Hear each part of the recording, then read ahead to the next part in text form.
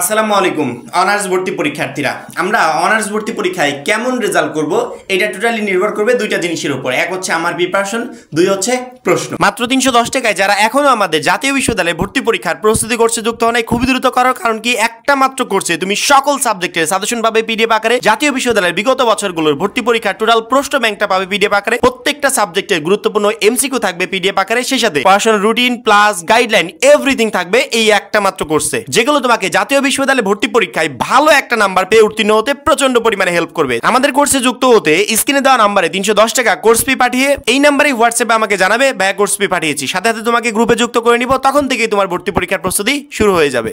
Honours ভর্তি পরীক্ষার প্রশ্ন আসলে সিস্টেমটা কেমন হয়, অর্থাৎ ভর্তি পরীক্ষার হলে গিয়ে যে আমরা প্রশ্নগুলো হাতে পাবো এই প্রশ্নের পদ্ধতিটা কেমন থাকে, যদি এইটা একটু জানতাম তাহলে হয়তো বা আগে থেকে সেই অনুযায়ী প্রিপারেশন নিতে পারতাম।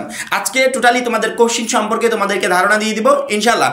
এগুলা তোমাদের কাছে অপরিচিত মনে হবে না। আমাদের প্রত্যেকটা আপডেট প্রত্যেকটা ভিডিওর মাধ্যমে যারা প্রথম থেকে শেষ পর্যন্ত দেখছে, সকল ইনফরমেশন নিচ্ছে, তাদের কাছে এখন অনার্স ভর্তির টোটাল বিষয়গুলো একদম ইজি। তারা অন্যদেরকে সাজেস্ট করতে পারছে যে এইভাবে কাজগুলো করতে হবে। আশা করি আমাদের পরবর্তী ভিডিওগুলো তোমার কাছে এই অনার্স ভর্তি পরীক্ষাটাও একেবারে সহজ করে দিবে এবং পরীক্ষায় সকল প্রশ্ন কমন পেতে সহযোগিতা করবে। সাধারণত অনার্স ভর্তি পরীক্ষা টোটাল বাংলাদেশে একদিনে হয়, আলাদা আলাদা দিন থাকে না। একদিনে টোটাল বাংলাদেশের পরীক্ষা সম্পন্ন হয় এবং বাংলাদেশের 64টা জেলায় 64টা কেন্দ্র করা হয়। অর্থাৎ একটা কলেজেই যে অল কেন্দ্র হবে এমনটা না, মানে একটা কলেজকে কেন্দ্র করা হবে, তোমার সিট সংখ্যা আরেকটা প্রতিষ্ঠানে গিয়ে পড়তে পারে বা অন্য যে কোনো প্রতিষ্ঠানে পড়তে পারে। অর্থাৎ তুমি যখন তোমার অ্যাডমিট কার্ডটা হাতে পাবে, সেই অ্যাডমিট কার্ডের উপর উল্লেখ করা থাকবে কত নাম্বার বিল্ডিং এর, কত নাম্বার ভবনে, কত নাম্বার রুমে, এভরিথিং, অর্থাৎ টোটাল ডিটেলস দেওয়া থাকবে যে তুমি কোথায় পরীক্ষায় বসতে যাচ্ছ।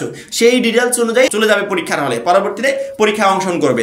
পরীক্ষার হলে যখন এই প্রশ্নটা তুমি হাতে পাবে, হাতে পাওয়ার সাথে সাথে এই প্রশ্নের কয়েকটা সেট থাকে। এ সেট হতে পারে, বি সেট হতে পারে। আমরা যেভাবে বোর্ড পরীক্ষায় অংশগ্রহণ করেছিলাম কয়েকটা সেট থাকে, ঠিক সেম ভাবে অনার্স ভর্তি পরীক্ষারও কয়েকটা সেট থাকবে।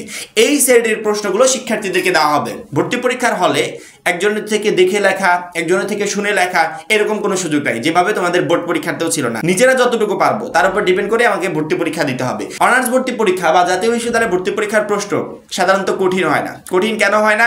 আমরা যদি বিগত বছরের, মানে আমি যদি এই মুহূর্তে তোমাকে 24-25 শিক্ষাবর্ষের প্রশ্নগুলো দিয়ে বলি যে অ্যান্সার করো, তুমি মিনিমাম 40 থেকে 50টা কোশ্চেনের অ্যান্সার করতে পারবে প্রিপারেশন ছাড়া। মানে এত সহজ কোয়ালিটির প্রশ্ন হয়। আমরা সমসাময়িক যে বিষয়গুলোর সাথে পরিচিত এইখান থেকেই প্রশ্ন আসে। সেটা তুমি আমাদের বাংলা প্রথম পত্র আমি যে সাজেশনটা দিয়েছি সেই সাজেশনটা দেখবে একবারে ইজি করে সবকিছু দেওয়া হয়েছে। সেই সাথে আমাদের পিডিএফ কোর্সে 310 টাকার কোর্সে যারা যুক্ত আছে ওইখানে যে পিডিএফগুলো আমরা দিয়েছি, দেখবে মানে তোমরা এতদিন যাবত যেগুলো পড়ে আসছো ওইগুলো থেকে কোশ্চেন রেডি করা হয়েছে, এমসিকিউ রেডি করে আমি তোমাদেরকে পিডিএফ বানিয়ে দিয়েছি। ওই পিডিএফগুলো থেকে ভর্তি পরীক্ষায় তুমি প্রশ্ন কমন পাবে। অর্থাৎ বাংলা প্রথম পত্রের প্রশ্নটা যদি আমি তোমাকে এখন দিই, মানে 24-25 শিক্ষাবর্ষে, যেটা তুমি আগে কখনো দেখো নাই, তুমি যদি তোমার বই সম্পর্কে কি ধারণা থাকে তাহলে তুমি সহজে অ্যান্সার করতে পারবে। বাংলা দিতেও সেম, সাধারণ জ্ঞান তো আরও সহজ। অর্থাৎ সাধারণ জ্ঞানের 20 মার্ক তোলা এই অনার্স ভর্তি পরীক্ষার সকল সাবজেক্টের থেকে সহজ। অর্থাৎ সহজে আমি চাইলে 20 মার্কের অ্যান্সার করতে পারবো। সেক্ষেত্রে অনার্স ভর্তি পরীক্ষার প্রশ্ন সাধারণত আহামরি কঠিন হয় না, সহজ হয়। তবে এই সহজ প্রশ্নের অ্যান্সার করতে গিয়ে অনেকে হিমশিম খেয়ে যায়। যারা পড়াশোনাই করে না, কোনো প্রিপারেশন ছাড়াই পরীক্ষার হলে যাবে, তারা তো যতই প্রশ্ন সহজ পড়ুক তারপরেও কিন্তু অ্যান্সার করতে পারবে না।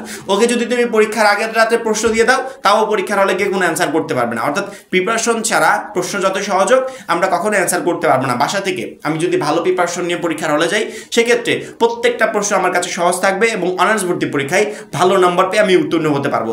বারবার মনে রাখবে যে ভর্তি পরীক্ষায় শুধুমাত্র পাস করলে হবে না। একটা গ্রামের মফস্বল এলাকায় একটা কলেজ আছে বা একটা ইউনিয়ন পর্যায়ে একটা কলেজ আছে, আরেকটা কলেজ আছে বিভাগীয় পর্যায়ে। তুমি 35+ নাম্বার পেয়ে পাস করলে, যে 36 পেলে বা 40 পেলে, এখন তুমি চিন্তা করছো যে হয়তো বা আমি বিভাগীয় পর্যায়ে একটা নামি দামি কলেজে পড়বো। যেমন ধরো তুমি রাজশাহী কলেজে পড়ার চিন্তা ভাবনা করছো। তুমি চিন্তা ভাবনা করলেই তো হবে না, রাজশাহী কলেজ তোমাকে নিয়ে নেবে না। কারণ কি, রাজশাহী কলেজে পড়তে গেলে যেভাবে জিপিএর দিক থেকে বেশি থাকতে হবে, ওইভাবে রেজাল্টের দিক থেকেও একবারে টোটালি সামনের সারিতে থাকতে হবে। সেক্ষেত্রে অনার্স ভর্তি পরীক্ষার উপজেলা পর্যায়ে হোক, জেলা পর্যায়ে হোক, বিভাগীয় পর্যায়ে হোক, যদি ভালো মানের কলেজে ভর্তি হতে চাও শুধুমাত্র পাস করলে হবে না, ভালো নাম্বার পেয়ে উত্তীর্ণ হতে হবে। তাহলে তুমি একমাত্র ভালো মানের কলেজগুলোতে ভর্তি হতে পারবে।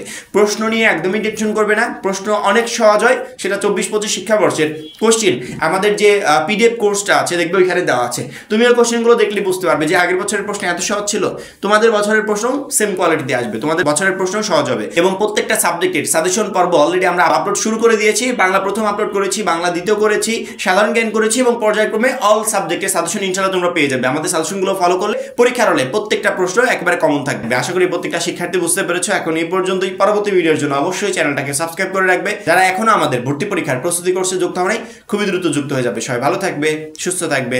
আল্লাহ হাফেজ।